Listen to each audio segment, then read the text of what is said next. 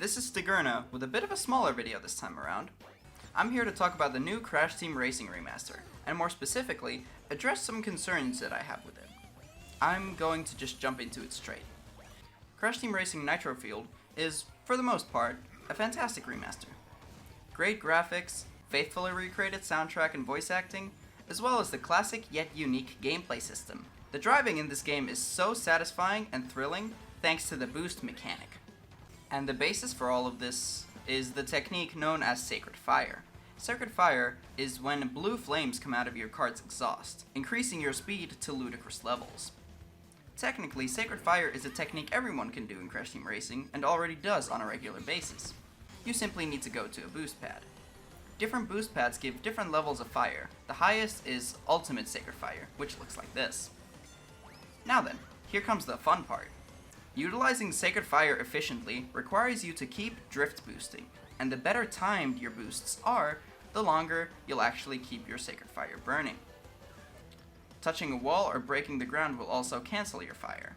So, this means going really fast requires you to keep your Sacred Fire going on for as long as possible, by drift boosting and turning perfectly.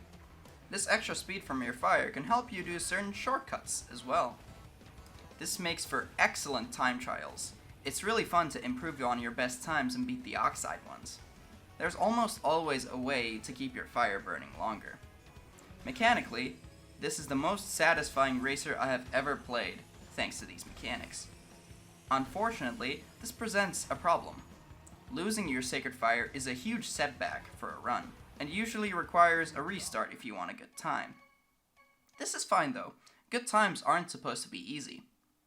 What I have a problem with is that when you play against other people, the lead a Sacred Fire can give to a player is insane.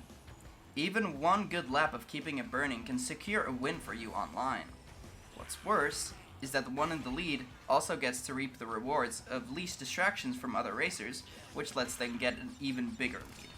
They also are most likely to take the fastest route and best driving angles, and can play as obstacles there.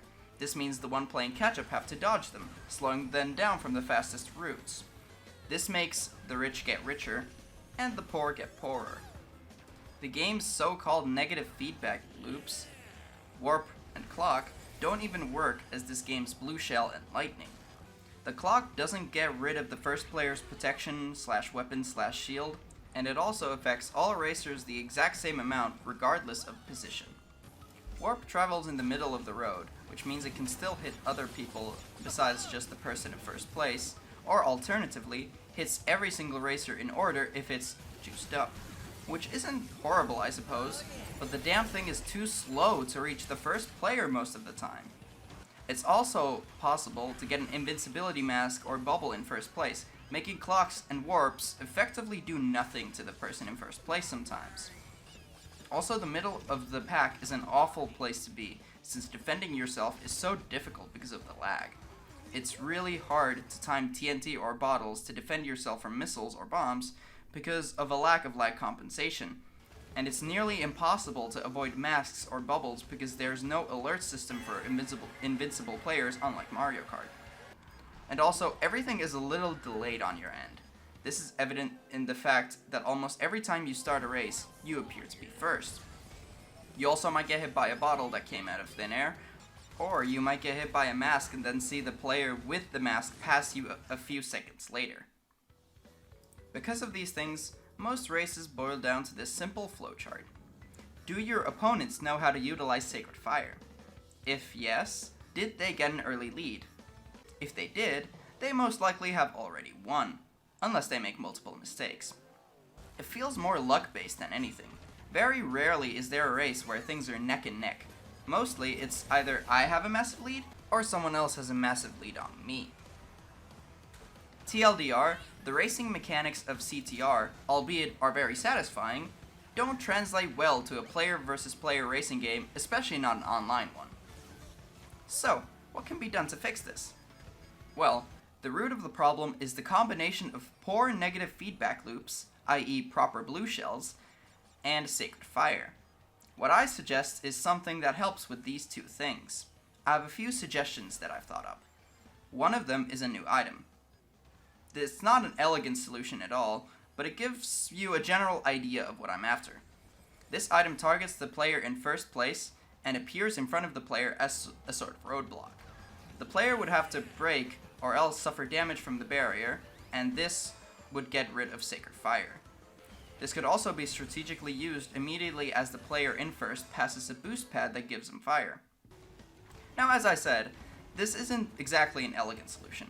It also sounds like a nightmare to program, and is a very drastic change from the prior crash racing games. I think a better solution for now is to try the following. Number 1.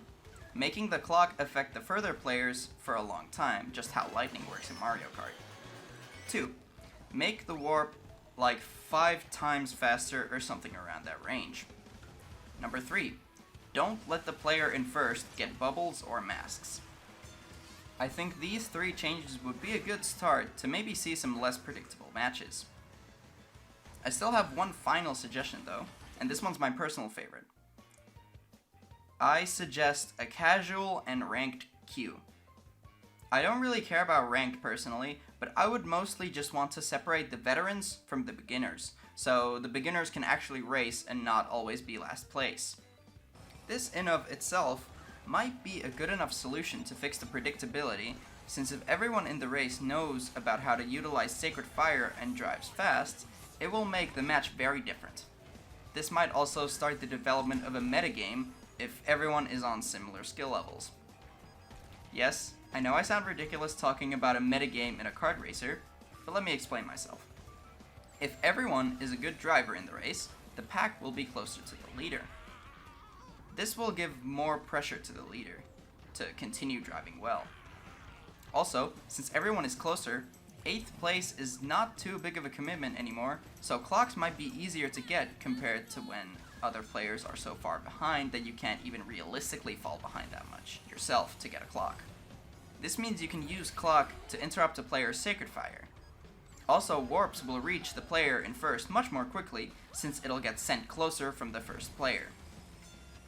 But basically, the CTR community can only gain from a ranked and casual queue, so I think this solution is the best solution for now.